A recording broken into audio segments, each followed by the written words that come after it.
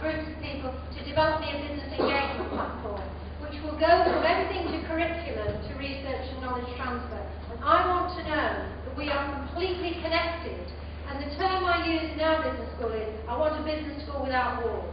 I want to turn a business school model on its head.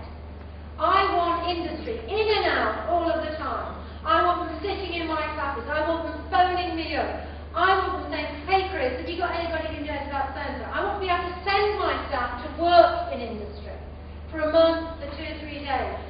I want them sending people in. I want them giving us projects. I want them commissioning consultancy. I want to be able to use that in those lectures. So that for us, where we are, is a huge, huge thing. So the integration that people have been talking about needs, you're thinking about the how, needs to come earlier in the academic year. Set up a matrix so that you understand what everybody's doing. You have to map it first of all before you can integrate it.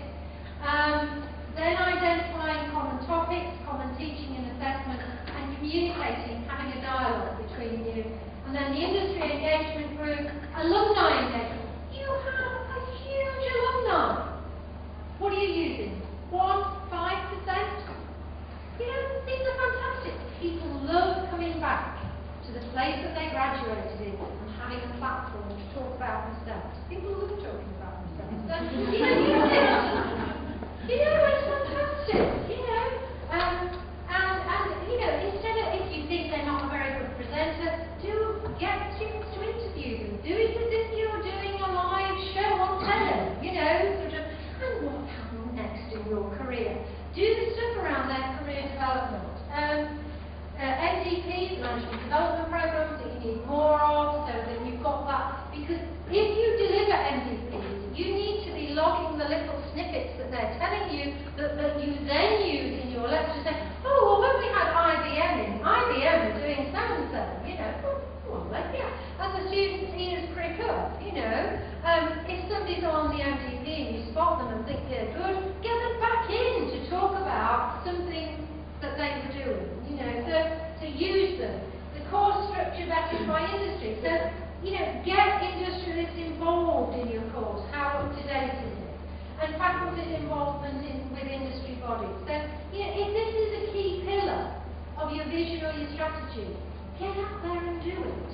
Get somebody championing it. You know, there's no point in teaching business if you don't know anything about business, you know. You've got to know something about business. So there's some fabulous ideas about how you're going to do it. So the one thing that I want you to do now, I'd quite like you to just finish off, I've said individually, but I want you to work in pairs. Oh, which one have we missed? We won't have. I apologize. Here we go. Right, okay. Student peer mentoring. Brighter students help weak students. Great idea. That's how you stretch, you know, stretch your brighter students. Get them, you know, mentoring. And particularly the older ones, the ones who are at the end of the 2 years, the earlier ones, in tutorials and help to reduce performance anxiety. You know, so you're giving them practice about those things. Train senior students called on to deliver the lecture and take the class. So you're giving them, it might be small bits in the class. They don't have to take 75 minutes. I mean, for goodness sake, that's just a bit, that is a stretch. But, you know, you can give them, you know, I want you to talk to them about X and how they relate to it.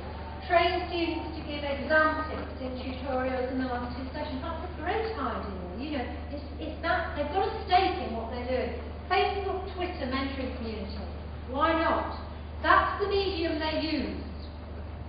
Facebook and Twitter. You know, I'm not on Twitter, I'm not on Facebook. I haven't got time, but actually for them, that's the way that they communicate. You know, exploit it, and I think that's a great idea. And you can blog for project and coursework discussion. So those kind of things, and that's what you've done is you've perceptually positioned yourself in the student's shoes. You're thinking like a student. So that's why you come with these. So fantastic ideas. Very simple, very cost effective, not resource intensive at all, and you can do those immediately. Okay? So what I would like to do now is down the time, and you need to give me some feedback at the end as well. So I need you to do two things now, and I'd like you to work in twos. And I need you to choose who you want to work with. And you can't do all of these things, that's impossible. The person who I got to check this for me, my trusty, very clever assistant, he did say to me, he said, Chris, you are trying to do too much. What's new? But he did, I'll tell him he was right. You know, he is teaching, he's a national teaching guy. He's absolutely right. But better to be over-ambitious and slightly, you know, undershoot. What I'd quite like you to do now is to just do some personal action planning. I need you to be able to take away 3 actions that you are going to do. And I don't want clients, I want that you'll never look at again. You know your idea is the Twitter, the blog, you know, so if that's there, which one of you, how are you going to use it? But then if you all start twittering and blogging on every module, you know, so is the program going to have a Twitter or a blog? Or should it be a module that has a Twitter or a blog? And you might need to send the group to work that out. So what I said 3 things, but only a maximum of 3. But actually, if you can only do one well rather than do 3. So just do one thing. So I want you to think about your personal action plan for one thing that you're going to do. I want it on a post-it so we can put it up here. And then the second thing that I'd quite like you to do is then join with another pair. And what's the one thing you want the faculty as a learning community to do? You know, because it's okay doing personal action planning, but there may be something that specifically, like we've talked a lot about integration.